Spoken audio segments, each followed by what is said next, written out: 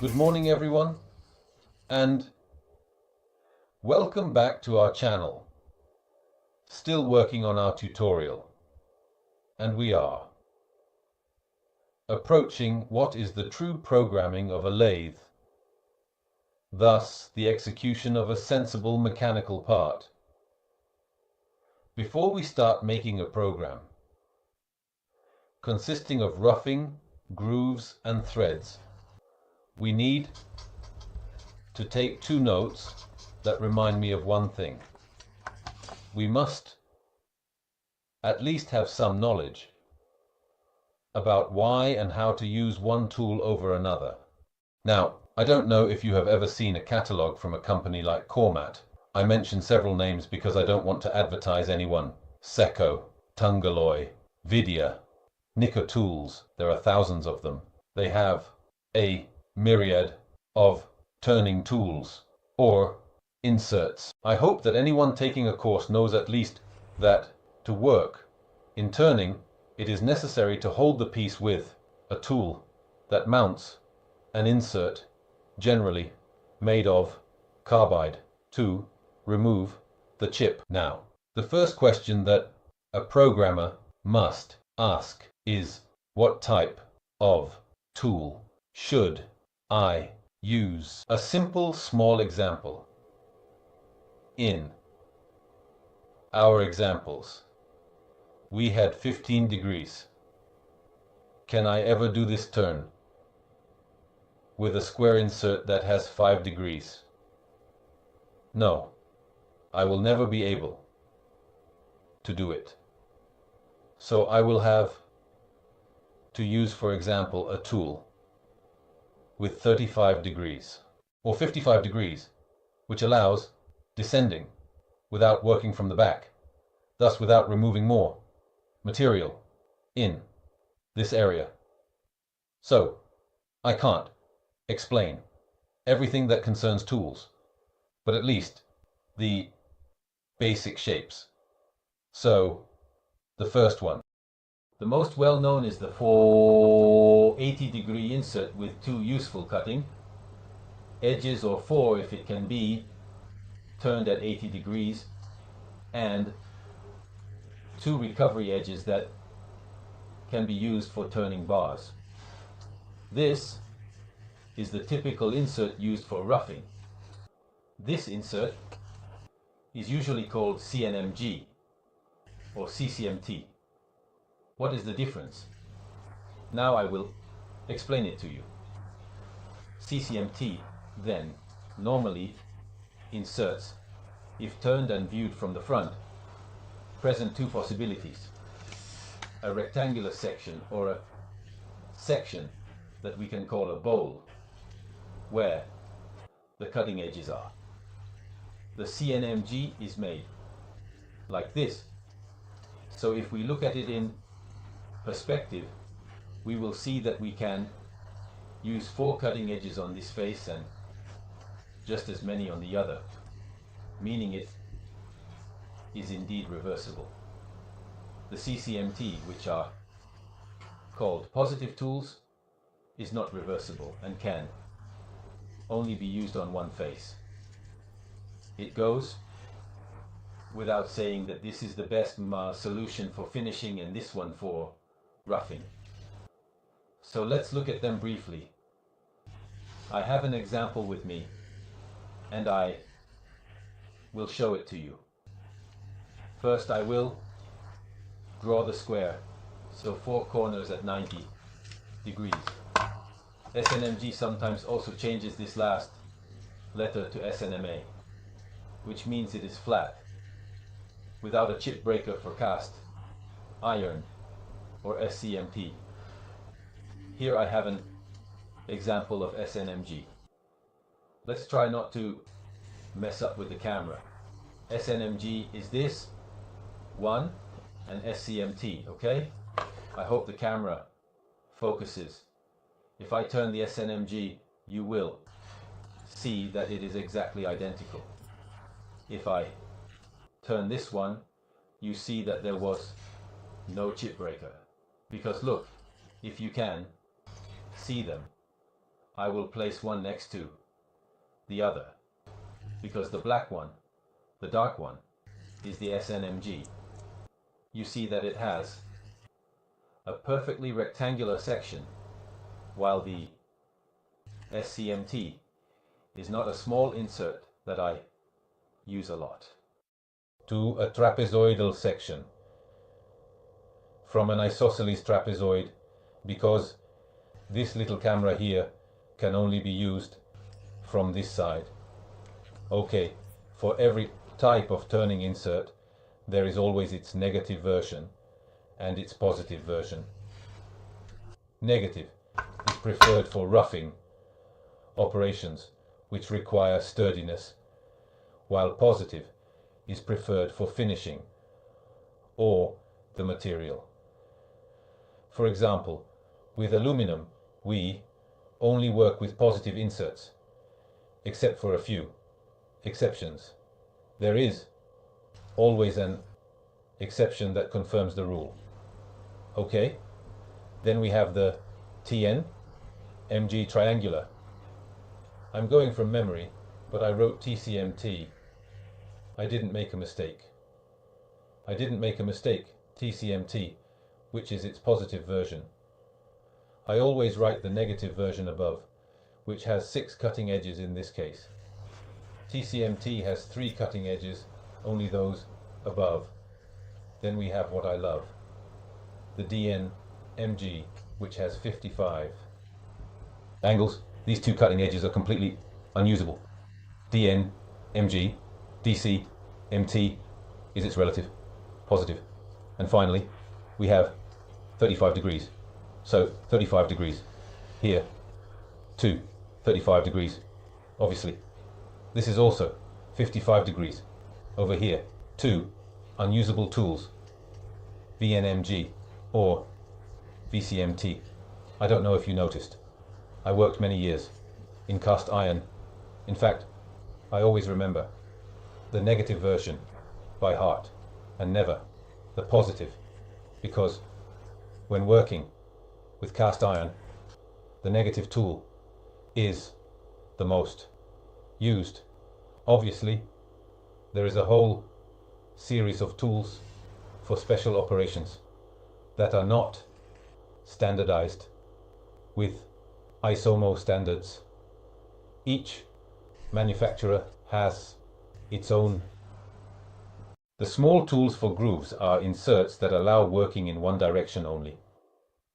Now they have also invented those that can push in this way. They have been around for a few years now. There is a company that calls them Grip, which is an Israeli company. They cannot make large passes, but they can widen inside the groove. Then there are the thread cutters, which are triangular inserts. A protruding tip. Luckily, I am not an artistic designer without a ruler.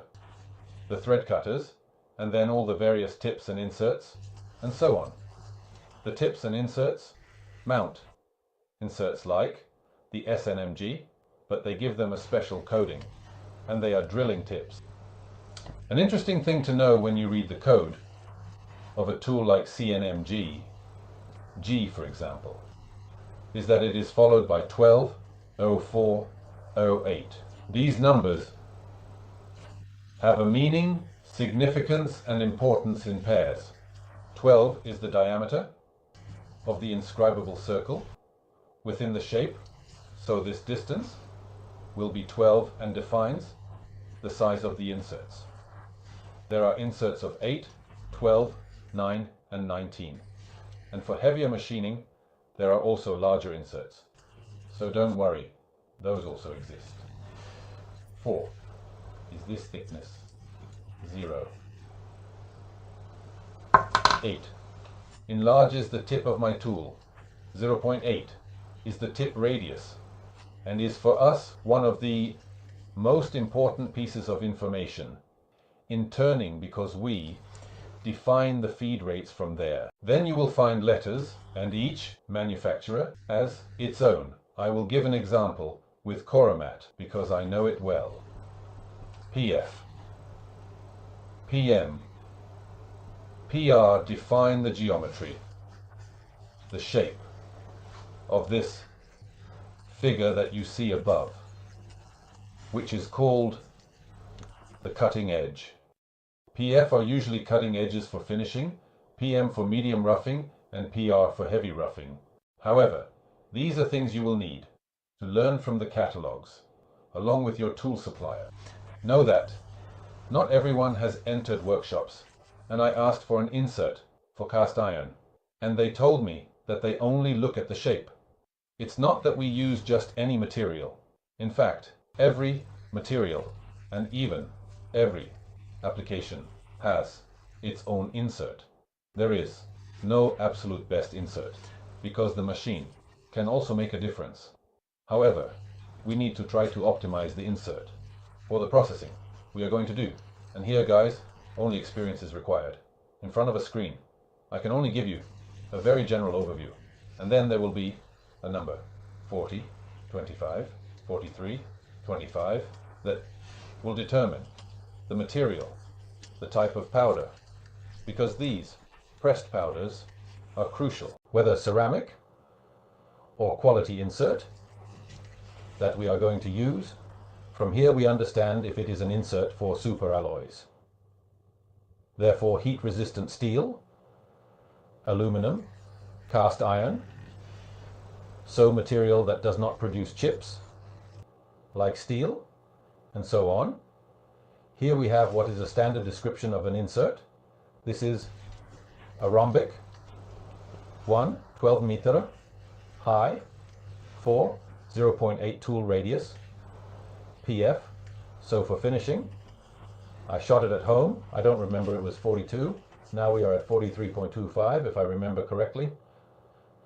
You will often hear me talk about Coromet because it is the most well known. That does not mean it is the best. In some cases it is, in some cases it is not. We will find excellent inserts from Tungaloy. We will find excellent inserts from Iskar. We will find excellent inserts from Kennametal. I apologize if I don't mention other names, but it's just because I can't think of them at the moment.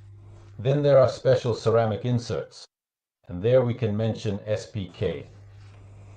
There are cutting tools, the best ones, let's say, are said to be, because I don't want to confirm it here. I say it here and I deny it here. We are talking about Iskar. There are the tools in. There are cubic boron nitride, CBN tools that are used for machining hardened materials. So guys, it's an endless world. Okay, let's start by looking at some qualities of these, some characteristics of these inserts. But geometry is not that important. So, what can we understand from geometry? As I said before, we can understand if we can make a profile like this or if we can't make it at all. Often, a profile like this uses that famous goal insert that can work from here or from there. They also exist with a round head, and it gets tricky to program. There is always a solution. Always remember that. I remember many years ago I had to make a hole, for example, and I couldn't find the solution in the insert, but I discovered the anti-vibration bar, a bar that extends 14 times its diameter. You put the insert here and it doesn't vibrate even if you pay for it. There is always a solution. You should talk to those who sell you the inserts. Never rely on incompetent people. So you can buy from tool suppliers, but always try to have connections with the distributor companies in material. So why did I say that? The insert tip is important, because if this is my insert tip, as you can clearly see, that it is never having sharp edges, but will have radii ranging from 0.4 to 0.8 to 1, 2, 2, 1, 6. There are also smaller radii, which are quite small in size, including radius 102 and radius 2.0. However, in general turning operations, we will find this. What does it mean? It means that if I set my machining tool advance forward, setting precisely at 0.3 inches per rotation of self-centering chuck, my tool will advance forward by exactly 3/10 of an inch. Okay, so think about thread. This piece viewed under microscope. And here's tip. Let us place red dot first rotation here, next there. The distance between this tip and this tip is 0.3. You will understand that the depth from here to here, if I use a radius of 1.6, my groove will look like this, just slightly pronounced. If I used a radius of 0.4, my groove will be like this. So, the first radius is 1.6. With approximately the same feed of 0.3, radius 0.4.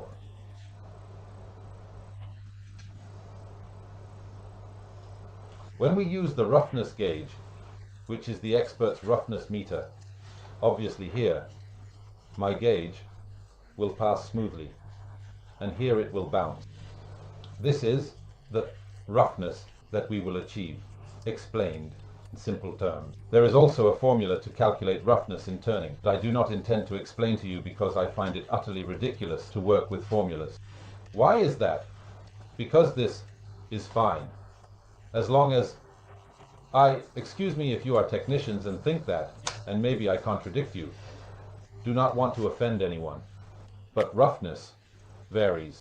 Yes, according to what I explained to you, but it also varies depending on the type of machine.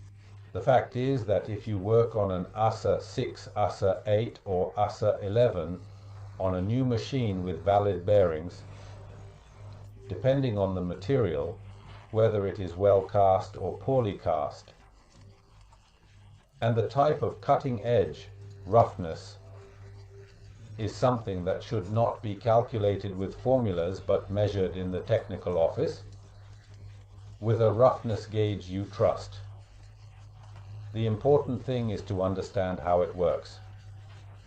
So there are two aspects that regulate roughness. Obviously, the feed rate in relation to the tool tip radius. A simple rule: for finishing, 1/4 of the tool radius; for roughing, 1/2 the tool radius as maximum values.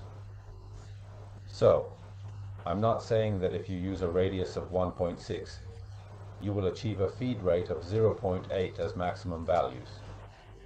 That said, each tool catalog includes a small chart with a drawing that seems to have the depth of cut on one side and the feed rate on the other, and you need to stay within this little graph. Make sure to have it explained well. Look at your catalogs and you will find it.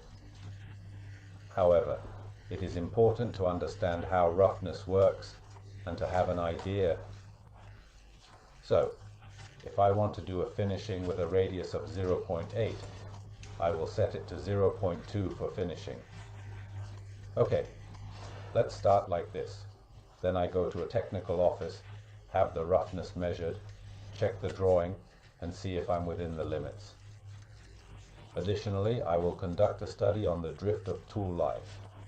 That is, a tool with a radius of 0.8 after making 100 pieces will no longer have a radius of 0.8, but a radius of 0.9.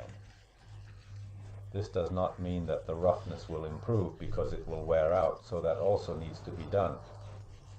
I want to establish that a user should work for 15 minutes rather than 25 pieces. I check the roughness from the first to the last and standardize the duration. So, if I require a roughness of 0.8, I will need to start at 0.6 to reach 0.8 in drift. Here lies the difference between the inexperienced person who wants to be a turner and the professional who wants to deliver always compliant pieces. Managing roughness. I am taking a programming course here. I try to give you some tips. There's a world behind it, but I don't know who invented it, so I won't name names. Someone, however, had a brilliant idea many years ago and said, what if I make the tip of the tool with a radius of 0.8 or whatever, and then I add a 1 millimeter flat here. This is my tool, this is my CN, MG, this is the magnification of this point. When I advance, I can no longer make this shape because this area will flatten out. And that's how they invented the scraping tool, also known as the Viper. The scraping tool can achieve an advancement equal to the radius of the tool with an excellent finish. Even there, the scraping tool can obviously generate vibrations. Sometimes it's fine, sometimes it's not. If you need to work with a material that requires particular chip control, it might not be suitable. What is chip control? It is ensuring that the chip breaks. I never want to see machines that produce chips 20 meters long. When I see photos of 3-meter long chips on the internet in various Facebook groups, and people say, look how cool we are, it's fine, but it makes those who haven't made that mistake laugh. However, that's not how you work. The chip must be controlled, it must break, either against the tool or against the piece. But it must always break. So sometimes the Viper can create this problem. And as a result, you go back and reuse the 0.8. Honestly, I am a huge fan of the Viper because I have experienced finishes that I didn't expect before. Okay. Well, so we have seen some importance of knowing the shapes of the tools. So, programming. Based on the tools we have, or in the drawer that we can purchase or that are available on the market that we can get. We have some tips on how to manage advancements. So if we work with a radius of 0.4, we never work with an f0.4. If we work with a radius of 1.6, an f0.4 can make sense, even 0.5 or 0.6 in roughing, and so on. In finishing, it may seem absurd, but we must never exaggerate with the radii of the tools, because then we won't have good tolerance. To maintain tolerances, two things are important, if possible, and if it's worth it. A positive insert. So, the second line of what we wrote after, a tool radius that is not too large. Unless we are doing particular machining, abundant cooling of the part is necessary because of thermal expansion. If we make a part with a diameter of 30H7, dry at 400 meters per minute with ceramic, it will be hard to leave it there to cool. And after 3 hours we find it at the same height we measured it. Therefore, ceramic is not used for large finishes. I mentioned this to give you an idea. Therefore, it is important, especially if we are working with very tight tolerances, to cool abundantly. If we are working with tolerances of 1 or 2/10, we can also work dry and aim to achieve the maximum tolerance. Okay, but these are things that are separate from a programming course. I like to talk about them, I like to share them, I like not to rush, because I hope that those who listen to me will remember one day, ah damn, but I remember that if I work with the Viper, I could have vibrations, so maybe I won't use it on a boring tool, because boring tools are more susceptible, so tools for internal work are more affected by vibrations than external ones. What machine do I work on? I work on a small machine that runs at 10,000 RPM. But can handle very little. I won't order the Vipers, I will order the 0.4 radii. I work on an 80-ton lathe AC11 with a turret as big as a house. I even use a Viper with a 1.6 radius in it. Now remember these little things for next time. Let's start. If I don't think of anything else, because sometimes I come up with something and add some more information, let's begin to look at sensible programming. So not starting from x0, z0 with some offset. Let's start to see some roughing macros, which are very interesting, and you'll see how roughing macros make life easier. And remember one thing, for now, we haven't talked about it. but if you don't clamp the part well, you can create the best program in the world, and you'll only get garbage from your machines. I thank you for being with me. I look forward to seeing you next time, and good work. Bye, thank you.